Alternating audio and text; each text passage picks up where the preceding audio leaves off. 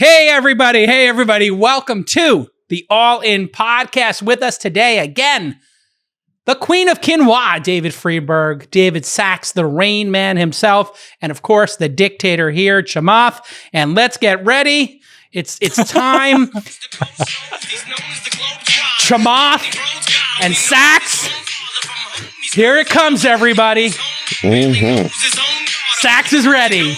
In the red corner, representing Richard Nixon, Ronald Reagan, and rich people everywhere, David the Rain Man Sachs. Somebody's got to do it. In the blue corner, representing LBJ, the underserved, the forgotten, the underdogs, the woke left, Chamath Polly Hapa Let your winners ride. Rain Man David Sachs. And instead, we open source it to the fans, and they've just gone crazy with it. Love you, Besties. Queen of Quinoa. And I will also be representing John F. Kennedy, who said a rising tide lifts all boat, and maybe even some Bill Clinton too. Bill Clinton. I was going to say, Don't forget the champion of the left and the right. Yeah, Bill Clinton did a great job. He ended the welfare state. All right, so here we go, folks. In show housekeeping, we do need to point out that we've been running some polls. The fans of the show have been running polls, and I don't even know why I'm bringing this up because I got barbecued in them. But we have 3 polls we need to share with the audience from Twitter. The first is, if you could have just one of the All-In Pod besties to mentor you in your startup growth, who would it be and why? Looks like Rain Man, you ran away with that one with 39%. The Dictator with 34%. Queen of Quinoa coming in at 17%. And Uber's third or fourth investor came in with a measly 8%. I will tell you, this is why 83% of startups fail. They choose the wrong mentor. Perfect. So I was proud to win this one, but the truth is, so Chamath was slightly ahead. And then I put my thumb on the scale by retweeting the poll, because obviously my followers are more likely to vote for me. Yes. So then I shot ahead, and I kept real quiet because I didn't want Chamath retweeting it to his 1.2 million followers. And if he had done that, he probably would have blown me out of the water. But I kept real quiet till the time elapsed. And then I shared it with the group. No, nobody keeps a track of followers, but it's actually closer to 1.5. The only person who knows your follower count better than you, Chamath, is Phil Hellmuth. Phil Hellmuth, actually, every morning, Phil Hellmuth subtracts his number of subscribers from yours to know the net. All right, second poll came up. Thanks, Matt, for this, by the way. Matt Yarger, no friend of mine. All right, per request, let's do another poll and see the other side of the story. If you could have just one of the All-In Pod besties moderate your podcast, who would you choose? And it turns out the Dictator, 31% to my 30.6%, a full 1% more than me. I came in second, world's best wingman, and Rain Man, 21%, Queen of Quinoa, 16%, and then most importantly, which bestie would you want on your side in a bar fight? I will say it's Chamath's smooth, velvety voice that ran away for him here. Thank you. Yes, I think the audience is just trying to hurt Jason. I think they're just trying to hurt Jason. That was it. Jason has heard he's inadequate by more than 1% for a long time. It's not the first time. People usually it's measured in inches, not percentages. Somebody was dunking on me on Twitter, and they're like, "You're the poorest of all your friends." I was like, that's the strategy. Always have more powerful and richer friends than you. Then you don't have to worry about picking up the check. Okay. And then there was another interesting AI breakthrough this week. Wait. Did you talk about the bar fight? What was the... I'm curious. Oh, the bar fight one. Hold on. You're right. I didn't get to that one. The bar fight was... Oh, here we go. For some reason... these morons seem to think that your stick legs are going to help them in a fight. Bro, that's a bad. Honestly, I need to correct this. Like that was maybe bad lighting or a bad camera angle. Hold on a second. No, hold on. No, stop it. No, wait. Oh, you know what? Really you are opening up a Pandora's box right now. Wait, honestly, they're not. They're guys. Honestly, come on. They are not as skinny as people seem to be railing. And honestly, I'm happy to, if there's a standard way of measuring. Okay, you know what? Jason, if there's a standard way, if somebody can tell us what is the standard way of measuring leg circumference, I'm happy to submit my measurements. I don't think they're that skinny. They're really, really anorexic.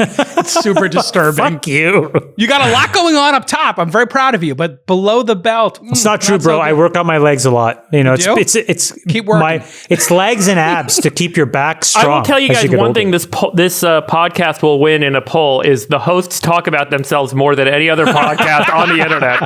Because we need to talk about each other in order to make fun of each other. Yeah, this should be called the Navel Gaze Podcast. All right, here we go. Besties that you most want in a fight. Queen of Quinoa coming in dead last. Yeah. I'm coming in at 17%. Rain Man, 32%. And Chamath, I guess that thirst trap you tweeted got you 39% in that poll.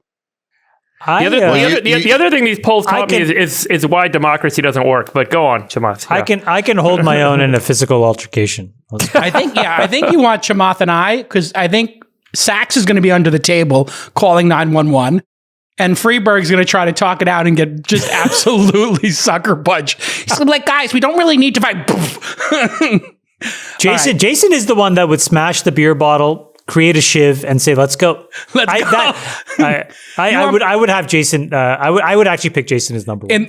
If you were going to be in a bar fight, Jason certainly touts his Taekwondo skills. On more than one occasion, he's claimed to be an expert in Taekwondo. Can we pull up the video? Isn't there a video of you doing Taekwondo? Where's the video of Jason pushing Helmuth? That's a fake news video. If you want to see Jason and a grown man, another grown 50-year-old overweight man fighting, we have video of it. Well, that one, I don't know if we should show, but Nick, you should definitely insert the image of J. Cal trying to do the Taekwondo kick, and it looks like he's about to have a herniated groin. It's about looks like he's about to fall over. Insert that picture. Yeah, it was for my 20s. All right, let's start, Jason. What do you got? What do we got this week? I guess the topic we should get right to is inflation. This is a topic we've been talking about a whole bunch because we're printing a ton of money. Everybody seems to think the hedge against inflation is to buy Bitcoin, or do you put your money into equities? And are we actually going to see things other than homes and education massively inflate? We've seen some anecdotal evidence of this. Tesla increased the price of their cars. Used cars have gone up in price, which is a function of the lack of production of some cars during the pandemic. So there might be a multitude of factors there, but just putting it out there, are we going to face inflation that, goods and services are going to just go through the roof in cost? Or do we have enough efficiency in the system that the average consumer is not going to see massive inflation on the products and services they buy coming out of the pandemic? Well, isn't the real issue that Chamath says inflation is good and because it creates equality, and he thinks 1979 was a great year? I think we should go straight to that. All right, I was going to tee it up first to give a general discussion of inflation. Let's go. I think we should go to Chamath to explain his tweet storm, and then I'll respond. Okay, there we go. So I think, David, you got unnecessarily emotional and personal. That was not, again, these were things that I've learned from someone who, I will say, without betraying him, is an extremely well-respected person at an extremely well-known institution that basically has helped make a lot of sort of, capital allocators very smart about things and has made people a lot of money. So I was relaying what I learned through him. So let me just relay that again, and I'll just start with this. Whenever you have $1 of income, you can do one of two things with that income. You either consume things, right? So you buy, or you can save and you can put it into investments for the future, right? So consumption and investment. The reality is that most people, so the lower 60% of the income distribution, essentially spends above their income. right? The lowest actually spends at. So $1 earned is $1 spent. And then the middle two, because they have access to credit, $1 earned, they spend about, percentage points more than that. When you get to the richest 20% of the population, they're actually able to save, and they save about 13 cents of every dollar, and they're able to invest in the future. So consumption and investment. The reality is inflation comes through a volume of activity, right? So you as a rich person can go and buy one $100,000 necklace at Tiffany's. It doesn't move the needle for inflation. But when, 200,000 people buy a $1,000 television, that's felt in the economy. It moves. So inflation comes because of gross tonnage of volume. So you need consumption. And by definition, what that does is it pushes consumption into those, that 60 to 80% of people that are not the top 20%. So what it means is that, you have a volume game of people buying things. And when they buy more of those things, inflation goes up. How do they buy more things? They have more income because their propensity is to consume. So then you have to ask yourself, well, where is this incremental income coming from? And all he has observed, which I think is very credible, is we had the supernatural event in the pandemic. We've now started to print trillions of dollars of incremental consumption. And that's going to start to lead to the most simple ways in which consumption manifests in inflation, which is via commodity prices. What does that mean? Let me state it simply. A rich person lives in a well-insulated house, drives an electric car, and eats fish. A less rich person lives in a poorly insulated house, drives an SUV, and eats beef. Beef versus fish, as a simple example, it consumes 20, 30, 50, 100 times more input costs to generate that same pound of protein than a fish does. It's just an example of showing how income distributions and the effects and the consumption patterns of large swaths of people drive different consumption behaviors, which drive inflation. So all he was trying to represent to me was that idea, which is that we have printed trillions of dollars. We are creating artificial levels of consumption. That consumption will actually drive up commodity prices. Commodity prices will actually drive up inflation. Then what he told me was the best analogy, again, it's not perfect, but it rhymes to the history, is what actually happened in the 1970s, which is that by having this sort of boundary condition, you have to ask yourself what will happen if inflation rips higher. And, starting in the late 60s through the 70s, that's kind of what you had, a same kind of boundary condition. Forget the way in which the money got to people. In this case, it was a government check. But in the late 60s and early 70s, we had similar kinds of programs. We had Head Start. We have, AmeriCorps. We had Food Stamps Act. We had the Social Security Act. All of these things were transfer payments. And when you put that much money into the hands of a large swath of people, consumption went up, commodity prices went up, inflation went up. It peaked in 1979. But it also happened that when that happened, the gap between the rich and the poor was the lowest it had ever been. And so I thought that was a really interesting thing to observe. Okay, Sachs, you were triggered. You were triggered by this. Well, I wasn't triggered. I just said it was Chamath's worst take ever. And then, but David, it wasn't my take. You were triggered. It wasn't my take. What's wrong with the take? No. Okay. Well, let me explain. Let me explain what's wrong with the take. I created a PowerPoint. So, oh boy.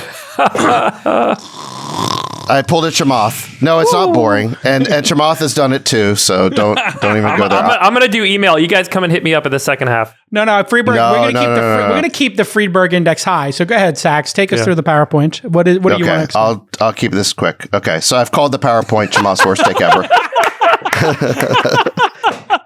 Oh no, David! It says right at the top of the disclaimer. Here is something I learned today. Why is it my take?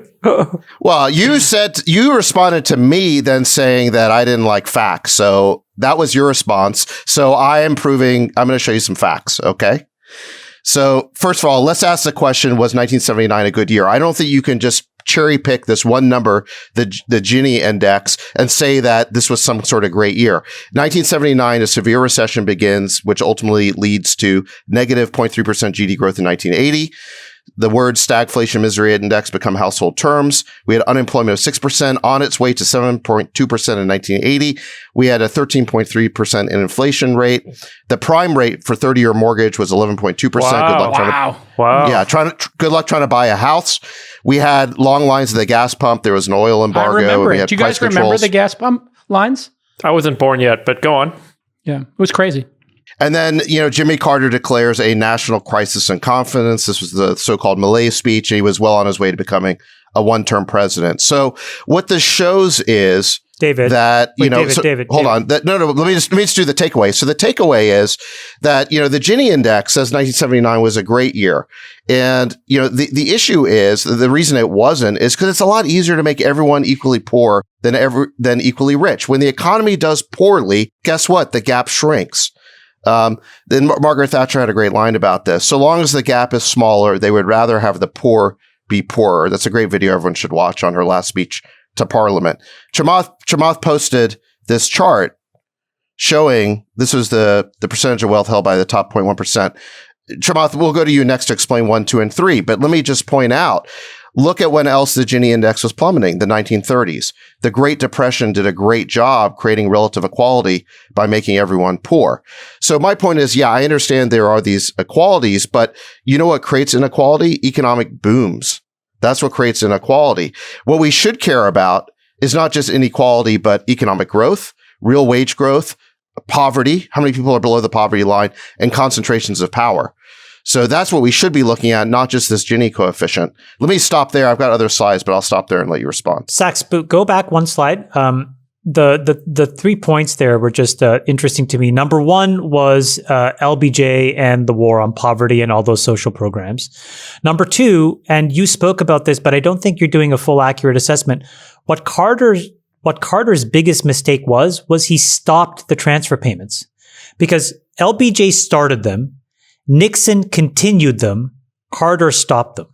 And I think it's important to frame... Explain what transfer payments are for people who don't understand. Well, it's basically like, there are all kinds of ways to get money into the hands of individuals. We now talk about universal basic income. That's a way of transferring money from the government and from systemic holders of capital to individuals. Food stamps was a way. The Social Security was a way.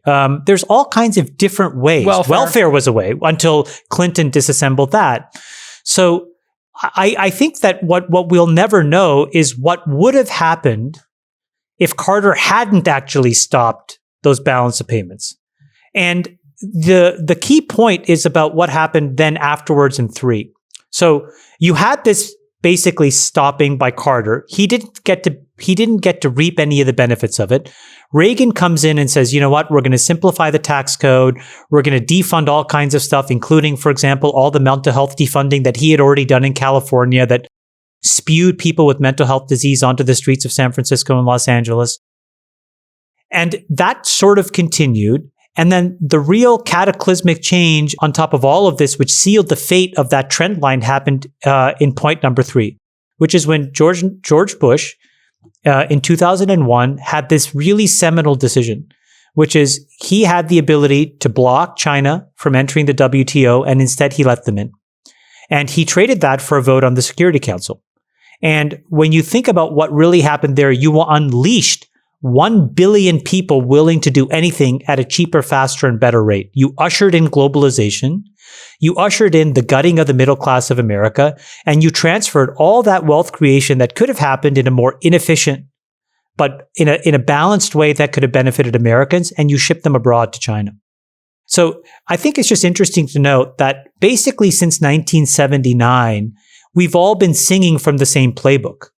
And I think that maybe what we need to do is figure out whether we need to come back to this idea of shifting the balance of payments back into the hands of individual consumers. And all I'm saying is, without making a judgment, is when you look at what Biden has done in the first 60 days, $1.9 trillion of stimulus and a proposed $3 trillion stimulus package, we're not even infrastructure package. We're not even 3 months into his presidency, and you forecast that forward, it feels like we're entering an era of spend, spend, spend.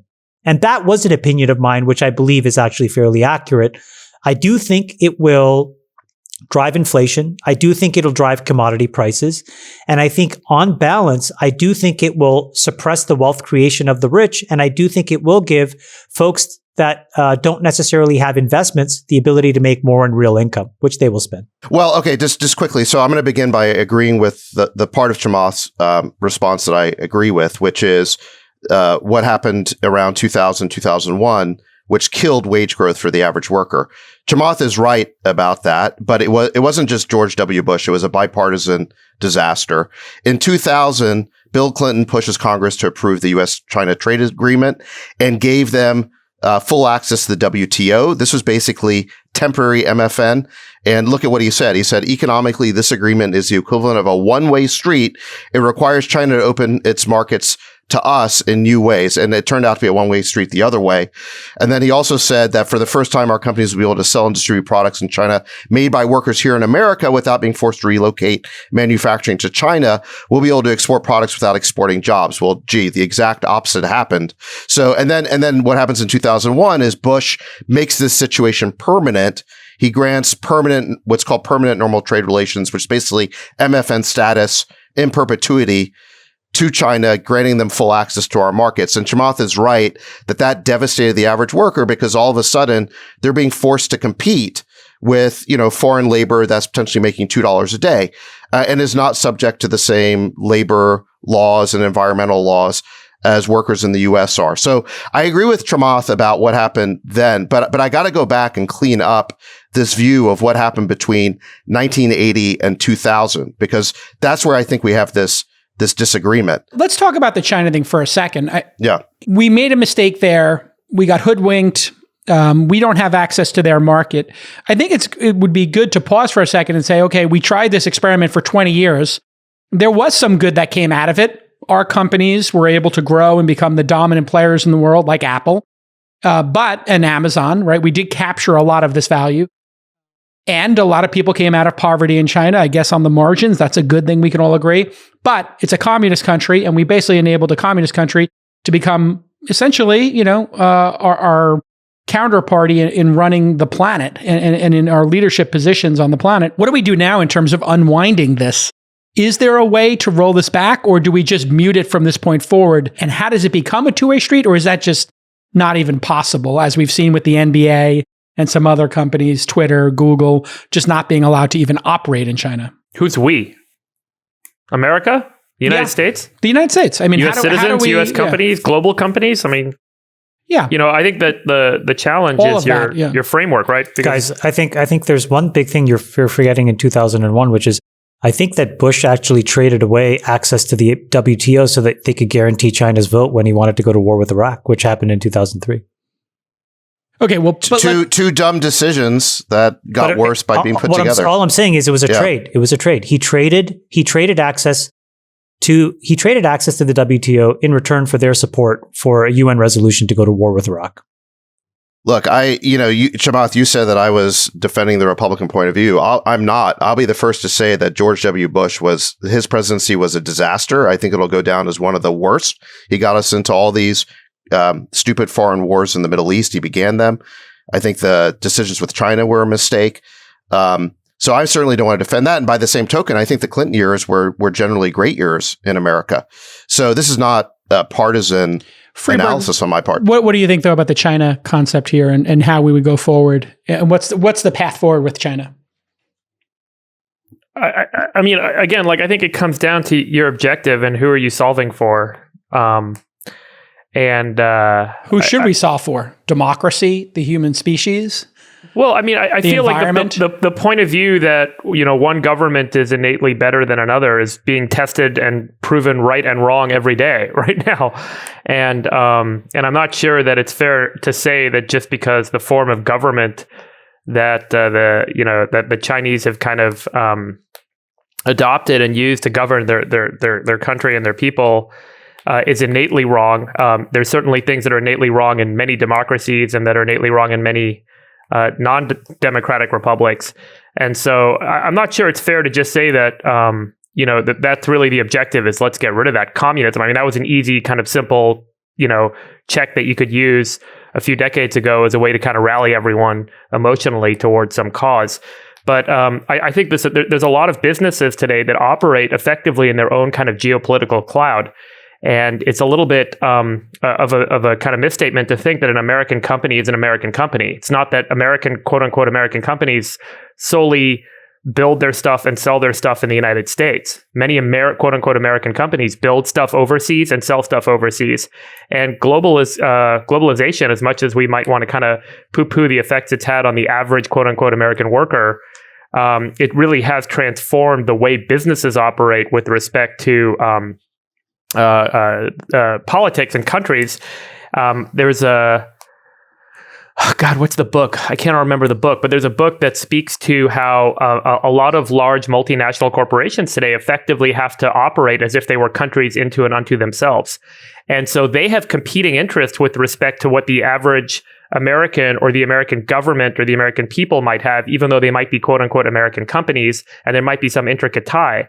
And so I'm not sure it's as simple as we have to quote unquote defeat China. We are so intricately tied to the economy of China, to the workers of China, and vice versa. And I think that it's a much more complicated thing than, here's our 3-point checklist for how do we quote unquote beat China. And that's why it's hard. And that's why I think a lot of smart people have, kind of taken on and been challenged by and failed at trying to resolve a path forward where there's this quote unquote looming enemy that is going to become the global economic power, which strips the American people of their influence around the world. And, that may be kind of the inevitability of the 21st century. I don't think that there's a pretty dark inevitability. But I don't know if there's a simple, easy answer. And I don't know if from a business point of view, let's say I'm a company, I'm not sure I necessarily feel the effects of one quote unquote country affecting, having more influence globally with other countries than others. It turns out a lot of businesses have greater influence than a lot of governments. And so, one way to kind of think about the evolution of globalization, and maybe even with respect to kind of the notion of what we've been talking about, decentralization, is that maybe governments themselves become less important in the 21st century. And it's the kind of decentralized online movements and businesses and other kind of entities that perhaps are not as regulated and controlled and owned by governments. And, maybe the big failure of the 21st century will be governments. We'll see. Chamath, you have thoughts on China? I'm sorry, that was a bit esoteric, but no, I think it is an interesting Saxipu, point. the thing that you're not willing to acknowledge is that even when GDP shrinks, it's like it's shrinking from a base where there's substantive growth year over year. Like, the GDP in 1969 when LBJ was president was less than $1 trillion, and the GDP now is like $23.5 trillion. And so it's been nothing essentially but a straight line up. And so, this idea that the inflation causes the only way that we close the wealth gap is by making everybody poorer is not true.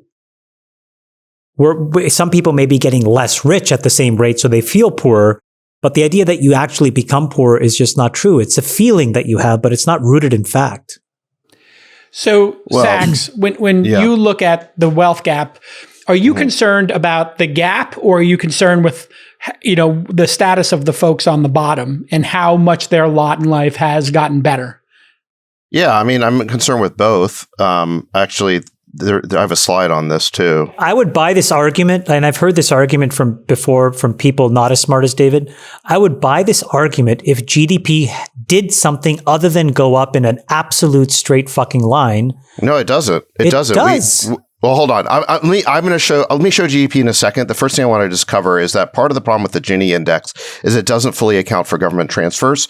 This is something I didn't fully know until I researched it after your tweet storm, Chamath. But basically, only 2% of the population. So the publicly reported stats are that 13.5% of the U.S. population lives in poverty. Once you actually take into account all these programs and transfer payments, it's more like 2%. You can see this on this chart on the left here, that the green represents the transfer payments. By the way, I'm not against transfer payments. I think we need a social safety net. I want the social safety net to be as effective as possible. I don't want it to trap people in government dependency. I want it to work. I want it to get people out of poverty and into the opportunity economy. But I absolutely believe we need a social safety net and we need these transfer payments. And you can see that the green bars there make a huge difference in reducing poverty. The Gini index doesn't really take that into account. Well, how do you fund these types of transfer payments, the more of a stronger economy that you have, the more that you have a government, the more that you have an economic boom, the more that you see real wage growth and the ability to fund these programs. Let's just look at GDP for a second. So if you let's go back to this period, 82 to 2000, I call this the Reagan-Clinton boom. I see this as a relatively bipartisan period where under Reagan and Clinton, you had GDP growth of almost 4% compared to the usual 2.5%. By the way, this is why Reagan and Clinton left office with huge approval numbers despite scandals. Remember, Reagan had Iran-Contra. Clinton had Lewinsky. None of that mattered really in the eyes of the American people because the economy was so strong. And you can see that here. And by the way, it hasn't been this strong in the 2000s. We've never really gotten back to this type of economy, since 2009. Is that because of the economic boom of the PC and internet eras? What would we attribute it to? The technology boom has a huge impact, but let me just describe what started it, okay? What happened in 1981? Reagan's inaugurated as president in January of 1981. He cuts the top marginal income tax rate from 70 to 50%. And I'd say equally important, you had Paul Volcker at the Fed. He breaks inflation. He jacks up interest rates, causes a very severe recession in 1982, but it broke the back of hyperinflation and it ushered in decades of declining interest rates. You can see that on this chart here. Interest rates have more or less been in the decline since Paul Volcker was at the Fed. What does this do? It made it reduced the risk-free rate of return, which leads to more investment in everything. In everything. It leads to more investment. It caused a rally in the bond market and the stock market. And by the way, no one remembers in a modern era, I'm sorry, Sachs, but like most interest rates for buying a home, mortgage rates were over 6.5% for most of the it was 15%. Most of the last couple of decades. Yeah. Good luck buying a home in the 1970s, David, right? Like David, can you actually be intellectually honest and overlay aggregate actual GDP on this chart? Because what you'll see is it goes up and to the right, independent of all of this bullshit. No, that's not true. You can that see is it absolutely true. And I'll just can I share my screen now? GDP growth rate versus this is GDP growth rate. Forget growth rate. What is the actual number? Right. We're talking about the real number, not the percentage growth. Because I was actually about to ask the real number, guys. This is a change. This is grade 2. I know. Right, this is the change in GDP. I know. I'm talking about grade 2 mathematics here, guys. The absolute number. The absolute number keeps going up and to the right because no, it doesn't. These dots that are below zero are recessions, right? But those in which very GDP actually shrinks. Those are changes from the year before. So when you're compounding naturally, no. The green and red bars at the very bottom are changes from the year before, but these are absolute percentage changes in GDP. I know. So a recession is defined as 2 quarters of negative growth. So GDP can go down. Yes. David, can I just show you the aggregate GDP growth from 1960 to 2000? And you can just look at this and tell me what is wrong with the trading economics website that everybody else would use. Yeah, pull it up. I mean, I think one of the things that I have as a question for everybody is there a major difference between 2%, 2.5%, 3% growth in terms of how we all experience our lives? And what are we optimizing there for? Are we optimizing for consistency, or are we no recessions? Well, this is what's interesting. So do you see this chart right here? It's perfectly consistent with the exception of the aggregate crisis. GDP. Okay. Yeah. It started off at less than $1 trillion in 1950 something. It was about, $1 trillion at 1968, and it's about $23 trillion now. This is the aggregate of what has happened in the American economy over the last 70 years. Compounding interest is an amazing thing. Now, exactly right. Now, this has happened in Democratic presidencies, Republican presidencies, when rates were at 16%, when rates were at 0%. So all I'm saying is we have a natural tendency and inertia to move forward. The rate of change, we can debate. And obviously it has ebbed and flowed over years. But the fact that it's towards moving forward and downhill with increasing momentum is undeniable. And so again, I would ask, when we think about the fact that the natural tendency is that the next 5 or 10 year period in aggregate will become bigger and better, there'll be more of the pie to share. Why is inflation a bad thing? Because all it does is depress financial assets. It drives up earnings and income, which drives up consumption of the lower 3 or 4 quartiles lower 3 quartiles of the earnings population. I just don't see why it's such a bad thing. I think mild inflation, in the 2 to 4% range is fine, and it's probably better. It's certainly better, I would say, than 2 to 4% deflation.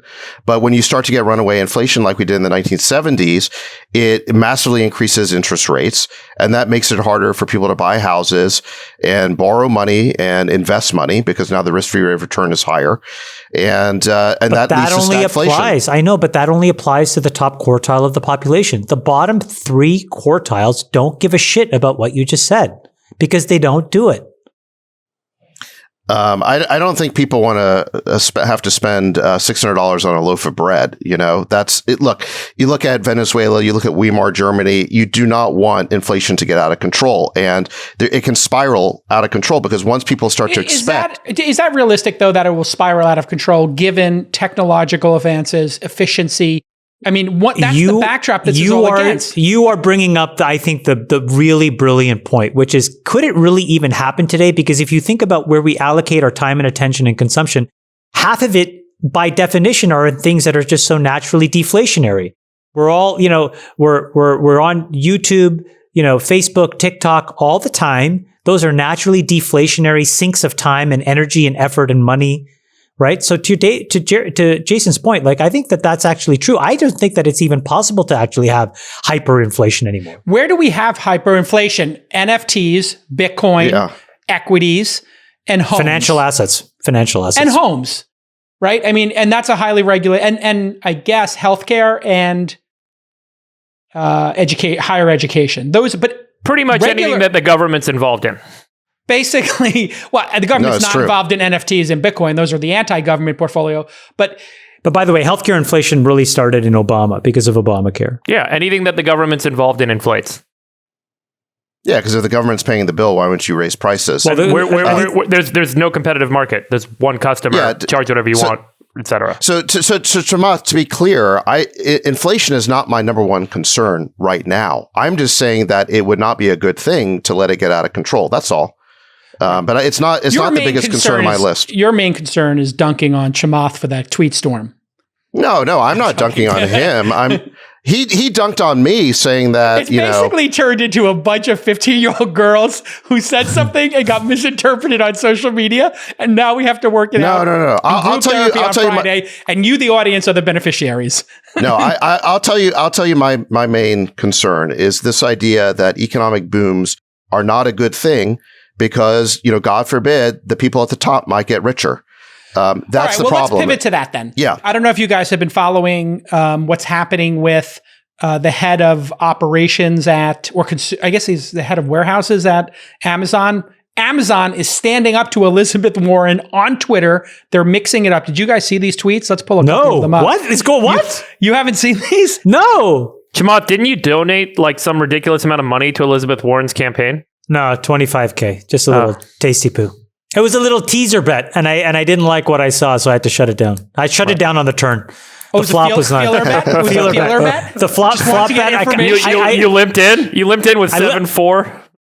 I limped in with 7-4 offsuit. I put a little teaser bet out there. I didn't like what I saw, and so I folded. Basically, Amazon is finally saying, "Hey, we're just gonna stand up when Elizabeth Warren or Bernie Sanders kind of attack us and attack Bezos." And they just said, "Listen, you guys set the minimum wage. Do your job. We moved the minimum wage at Amazon to $15 an hour. We made our decision. Get back to work and set the federal minimum wage at $15 an hour and stop telling us we don't pay our taxes because you make the tax law." So essentially, this dovetails with the hearing. I don't know if you guys watched any of the hearing with Zuckerberg and everybody, but basically, they were. It seems like big tech is just putting their foot down and saying, "Just tell us what you want us to do because we're doing it. We're giving people $15 an hour." What Zuckerberg and Dorsey basically said is that if you don't like that kind of speech, then why don't you prohibit it instead of telling us to do it? You can't and you won't because it's a violation of the First Amendment. So that they were kind of pushing back on them, saying, "Listen, if you have such a problem with it, pass a law." Yeah. And this guy, Dave Clark, do you guys know Dave Clark at Amazon? Nope. So this is the guy who's been mixing it up. And if the audience is listening, you can see a bunch of this on the YouTube channel because we will put in. Oh, the wow. graphics. He's like the number 2 guy there. He runs the entire retail business, I guess. Yeah. So now Amazon is on a full court press to engage with, let's call it the socialist left. I guess they call themselves democratic socialists because they don't want to be called socialists. And they're saying like, listen, we give people healthcare. We give them $15 an hour. And if you want to tour the facilities, but nobody is peeing in bottles.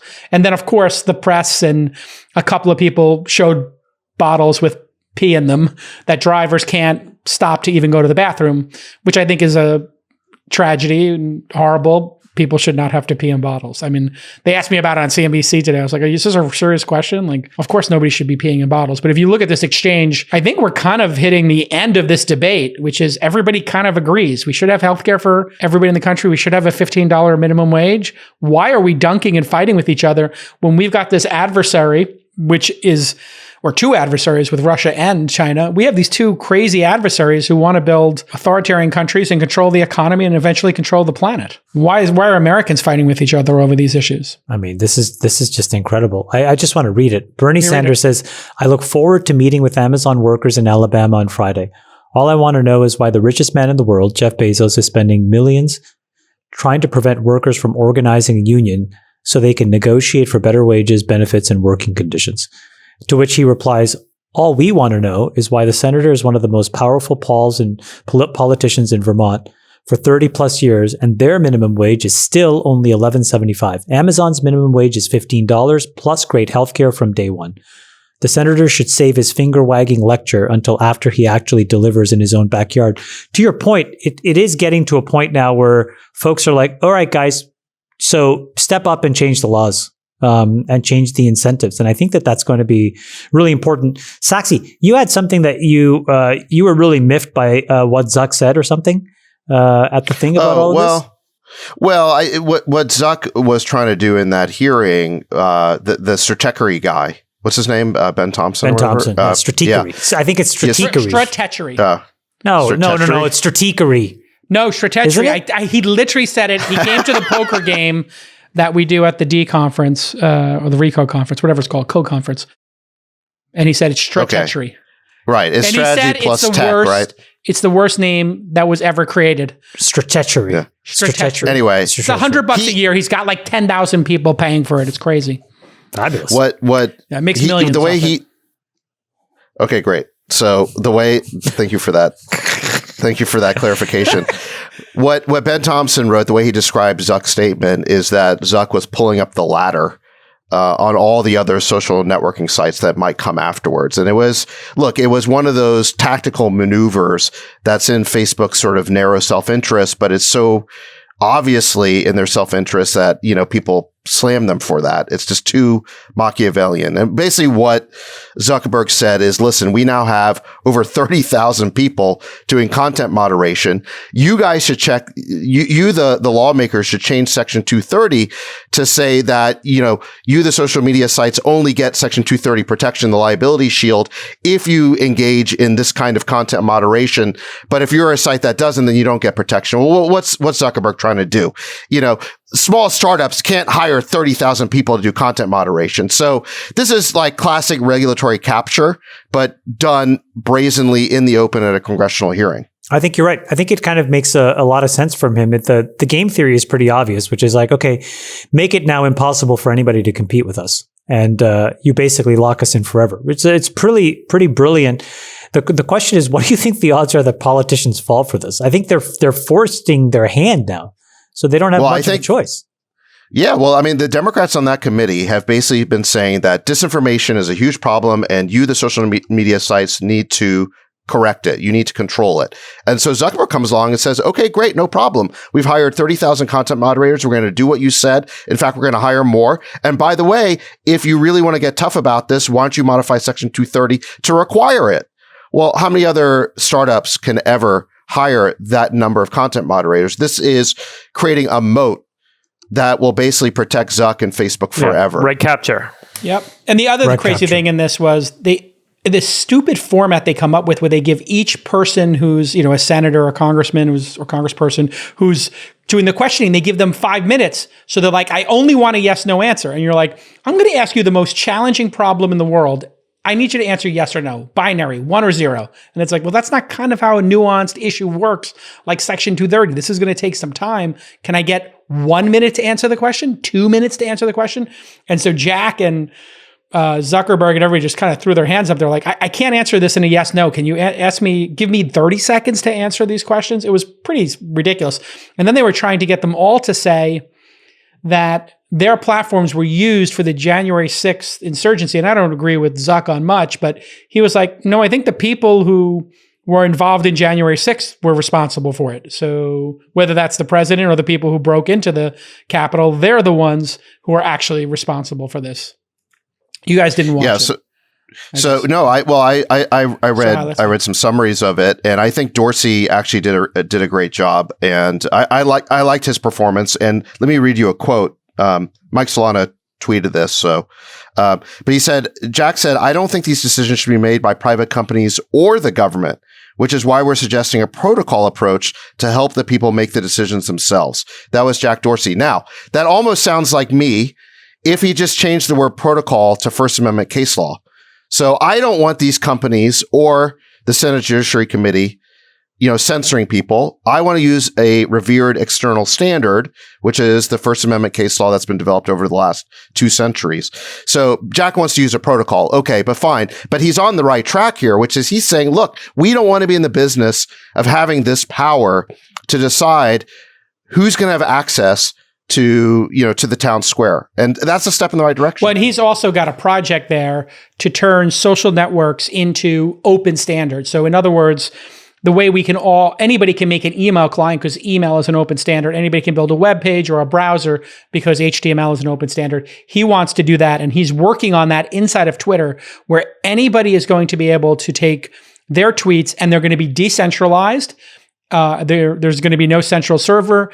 And you're going to be able to bring your own algorithm. So if you feel the algorithm is causing you to see extreme views, you can say, I want mine to only lean towards, I want this one that leads towards positivity and kindness, right? And somebody can make a third-party algorithm that gets rid of jerks. You guys probably saw this week, but a deal was announced, an investment was announced. Andreessen, Sequoia, myself, and a few others, we did this thing called Bitclout.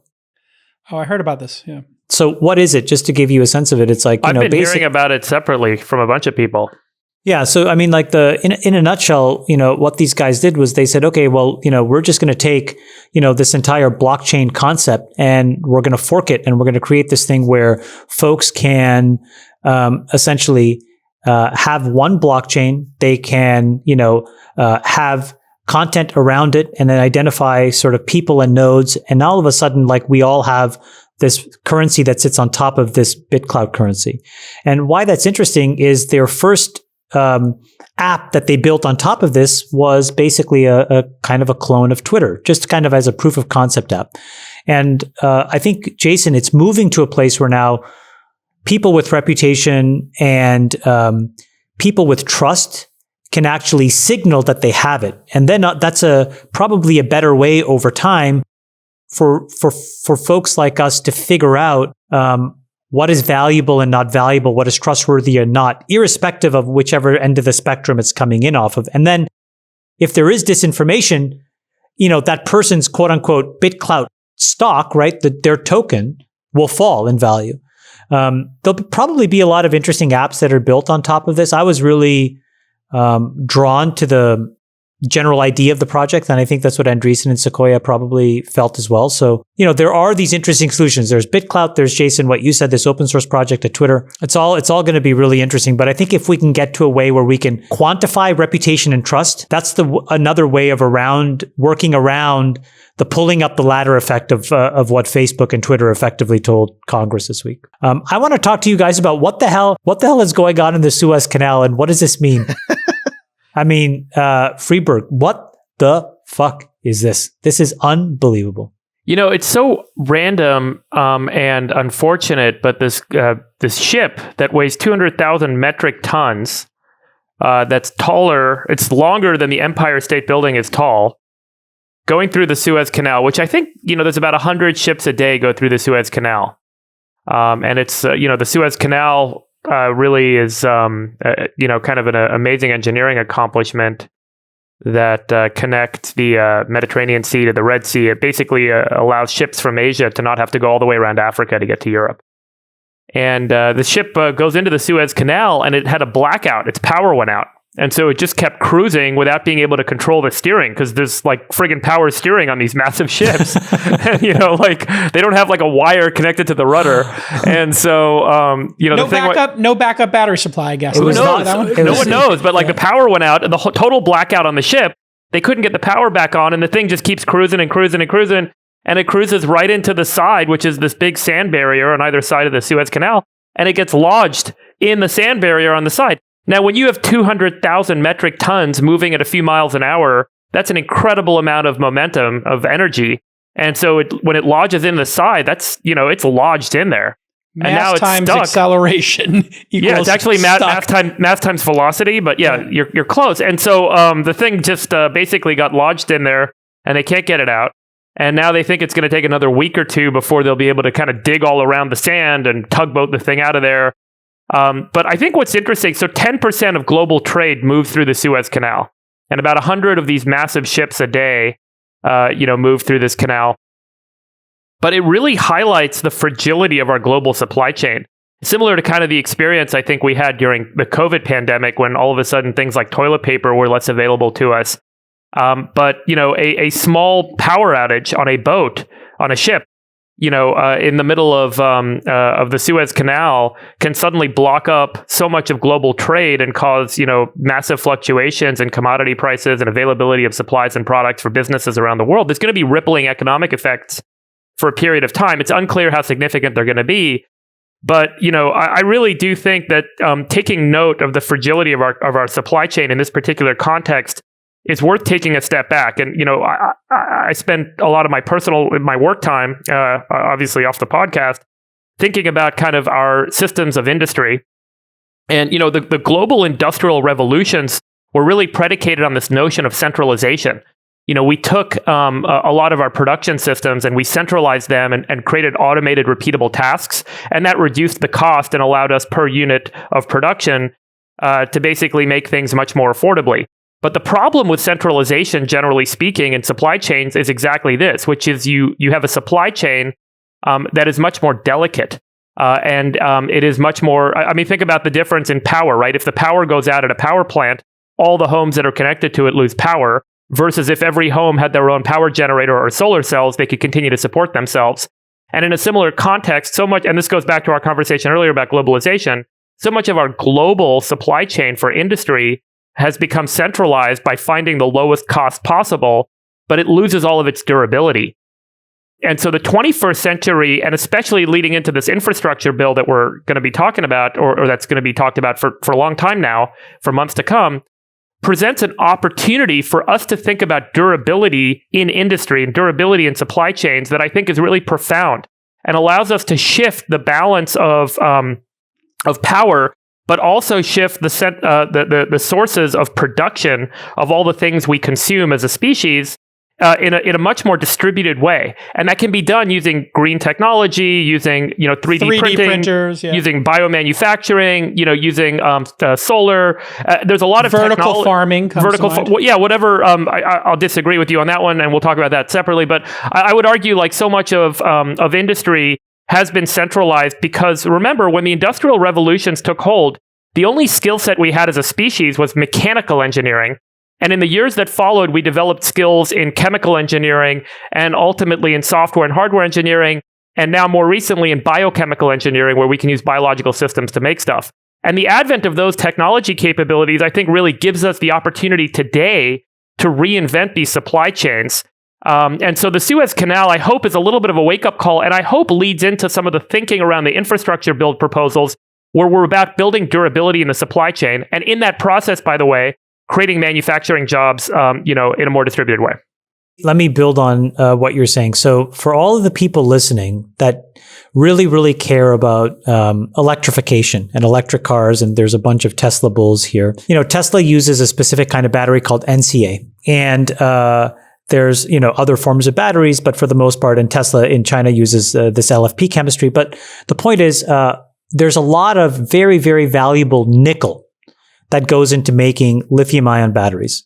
And so if you believe in electrification and you believe in, zero emissions and you believe in using these batteries, you need to believe in nickel, which is a tough business. Okay. You're grabbing, rock out of the ground and you're leaching this extremely important, metal out of it. So just a little while ago, there is a huge nickel manufacturer, called, Norilsk Nickel, right?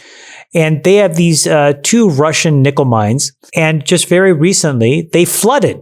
And the plug, which had been erected for localizing the flooding, was washed away, not for the first time, not for the second time, but for the third time. And people now think that getting all this water out of the mine may take at least a year.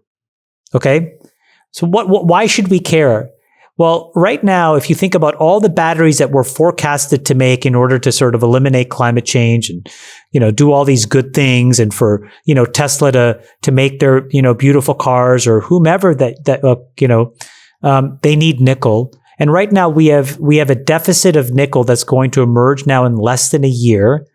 And we have about a 37 to 40% shortage of what we need. So it's like you have all these grandiose visions of how the world should work, and an electric failure in a barge shuts down the global supply chain for weeks. A flood in a nickel mine. A flood in a nickel mine is going to cause the price of a Tesla to basically double. And shouldn't people at some point ask ourselves, is this really what efficiency is supposed to feel like on the ground? And it may not be. Right. And so maybe, again, going back to the first conversation, a little bit more inefficiency, a little bit more inflation, a little bit more redundancy will allow us to be resilient. And maybe that's what we really want. We don't want. Well, I mean, you could ask the people in Texas what they want after they lost their power and they have one light snowstorm and the whole city's destroyed. I mean, there really is. There is something to having the redundancy in your home and the supply chain, and obviously drugs, which we witnessed during the pandemic. And I guess that's an opportunity with the infrastructure bill.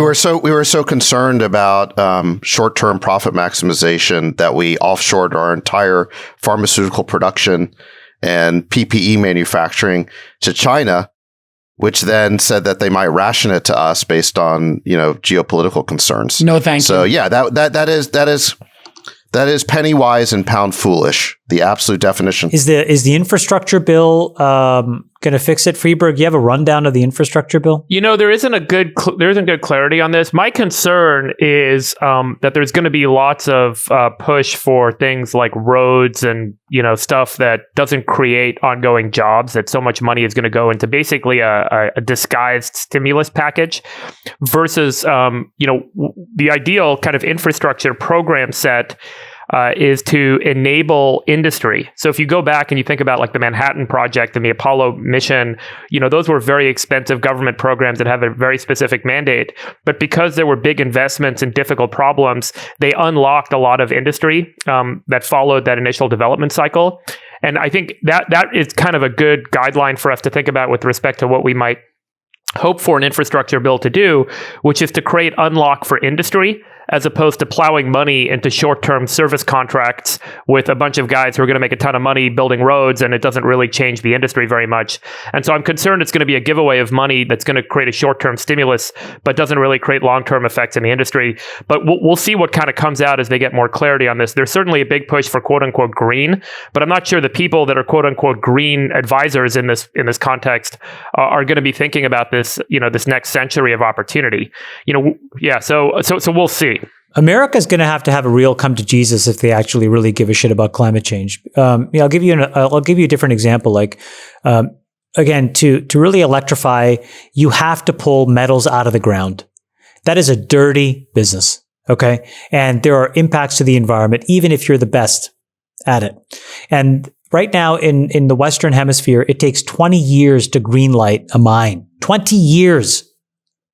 Our shortages start in the next year. In China, they have, no issues whatsoever, right? Let's just say. So maybe it takes them 7 to 10 years to get a project greenlit. Now, I'm not advocating that we become China, but I think that it's really important for us to realize that, if we're going to really take this seriously, you can't have progress being hijacked by things that may not matter as much in the grand scheme of things. Like there is the opportunity, for example, to build a massive set of copper and nickel mines in the Western Hemisphere. But the minute that they get greenlit, there's an injunction that's filed by an NGO that'll say, we have to think about the land grouse. And it's like, well, what the fuck is the land grouse? And at some point, you have to figure out whether you actually want your kids to have asthma or not, and whether they can suck up, PM 2.5 and PM 10 for the rest of their lives, or you care more about the land grouse.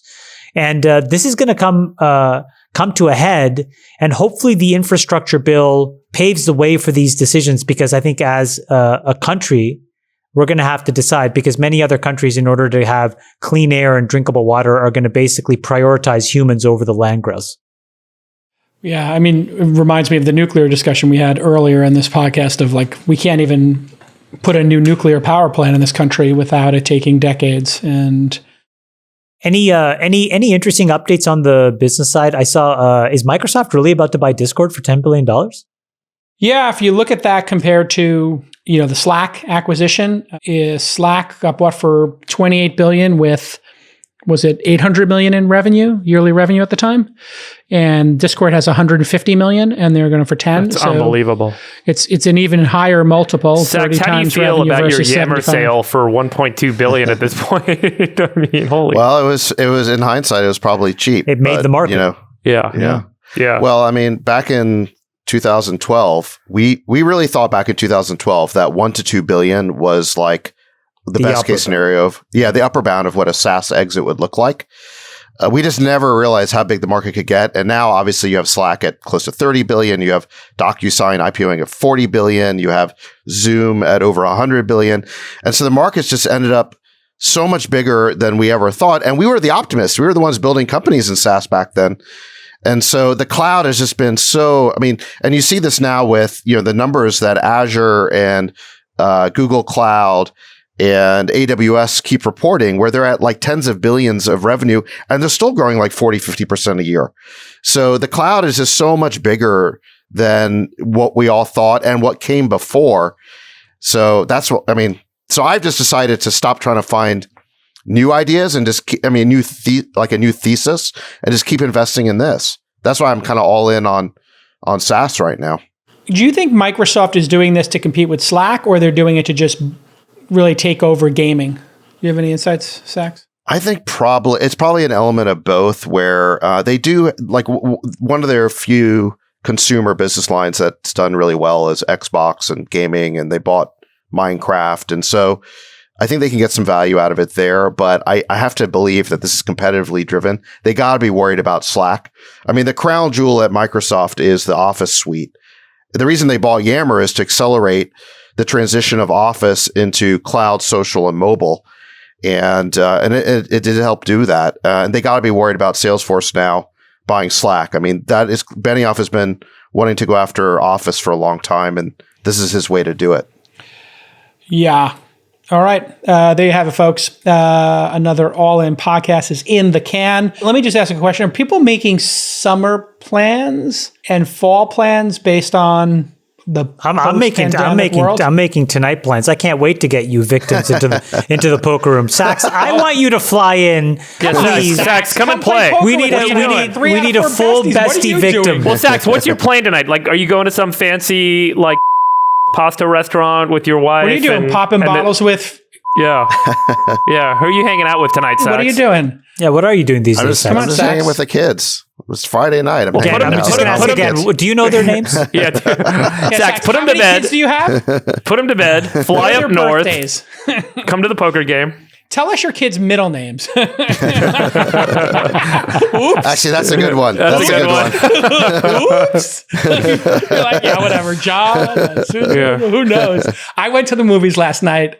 I took my 11-year-old out. She was she wanted to get a Shake Shack, so I took her to Shake Shack, and the movie theater was there and it was open. And I was like, oh, let's go check it out of what's going on at the movie theater. And Terminator 2 was playing 15 minutes later. Great film. Incredible film, holds up, and amazing to see on the big screen. We walk in, I kid you not, 100-seat theater with these beautiful big chairs, nobody there, and they were so excited. Jacob, did you rent the whole thing? No, it just happens to be that they're open for business. So they awesome. space people out, and it was $5 a ticket to see. I'm taking my daughters to the movies this afternoon. First time they've ever been to the movies. They're 3.5 and 2. I am so excited to take them to a movie theater. So we rented the whole theater for $99. It's the best deal in town. What movie are you seeing? Trolls. You can choose a movie. That's the cool thing. There's like a list of like 50 films and you can pick a film. So I got like a little kids film for them. And they get to go see a movie theater and have popcorn, have the experience. It's pretty awesome. And you can have other friends there? Yeah, you can have up to 20 people. So you rent the whole theater for $99 and you can kind of, if you want to come see Trolls, Chamath, just cruise up. I'll send you a ticket. Oh my God, that's the coolest fucking thing. That's Godzilla awesome. versus Kong is happening, and I'm renting a theater for it. So if everybody wants to bring their kids, it's a great series. My kids would never sleep after seeing that. That's no, it's not for 3 to 5 year olds, but 10-year-olds, yes. It's $100. This is an AMC theater. $99. It's awesome. For AMC, yeah. But the Cinepolis, I think, charges $200, and that's the like really high-end theater where you can press a button and the waiter comes.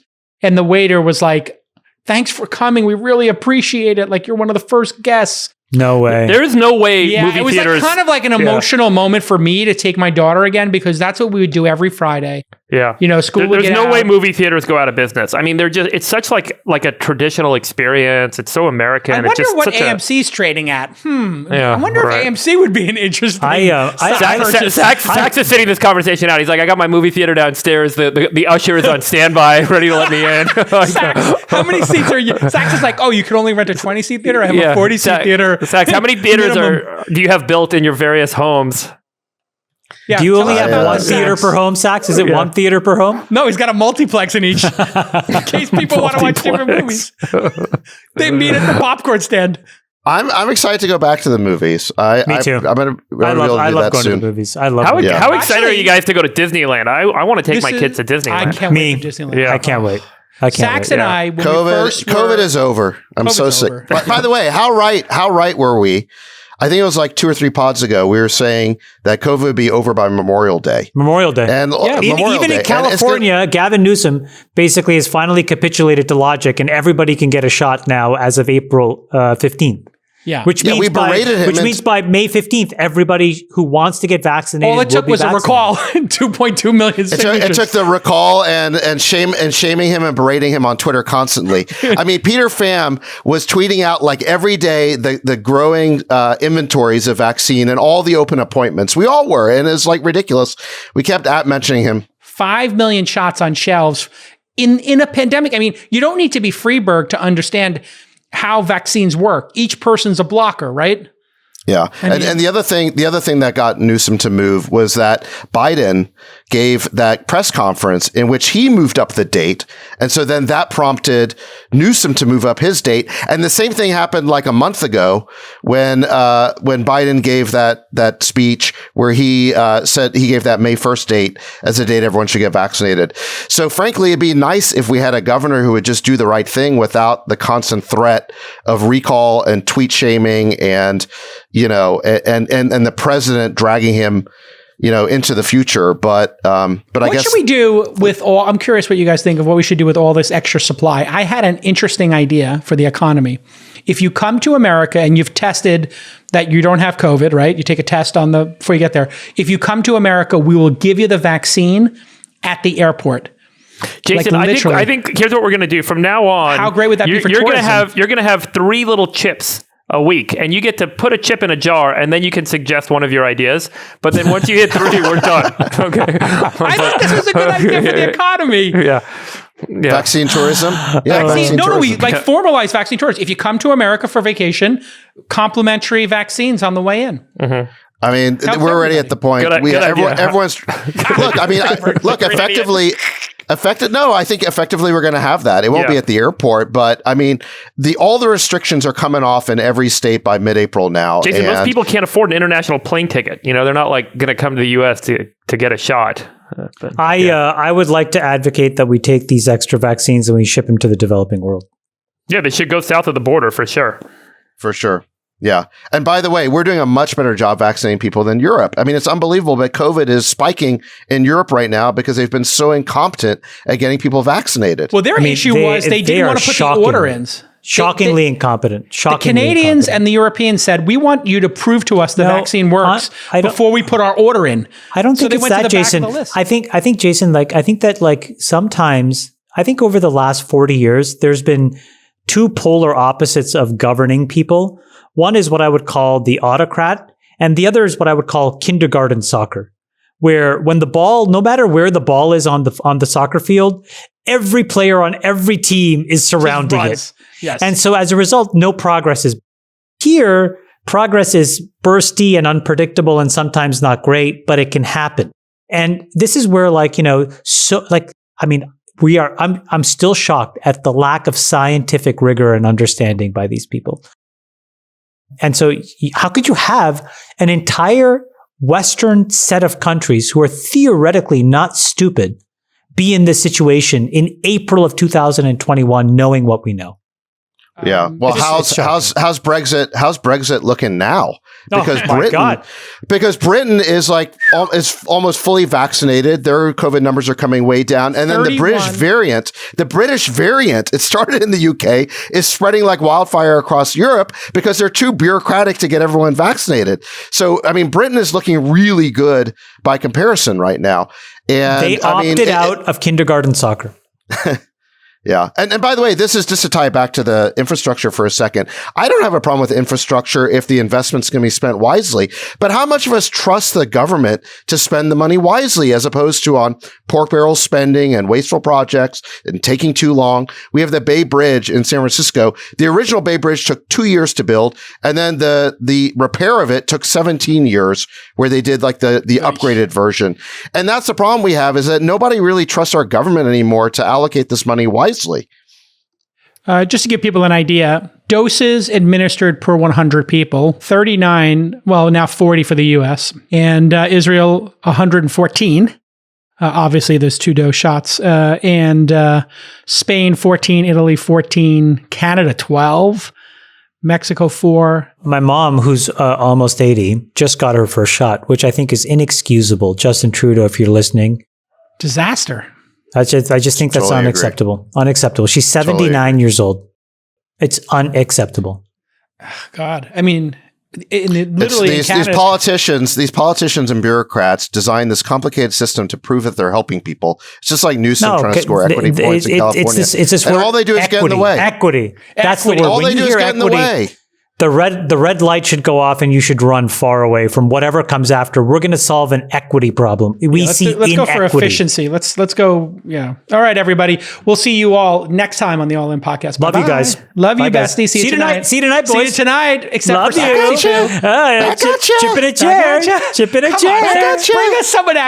Bring us some of that Saks crafty poo money. Come on. Yeah. Buy it. Come on. We won't play PLO. We'll keep it to Hold'em. Yeah, we know if you fly up for the evening, you're going to be just fully committed. You're going to be playing right. Hold them only. Yeah, you're right. I'll come in tilted because I'll be negative jet fuel.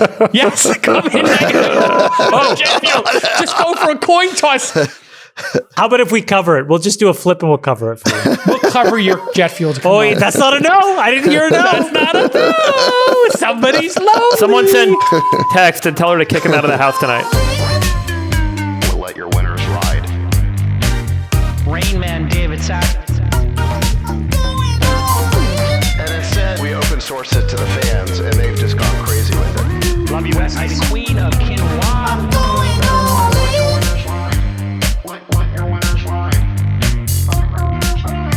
Besties are back. That is my dog taking a notice in your driveway.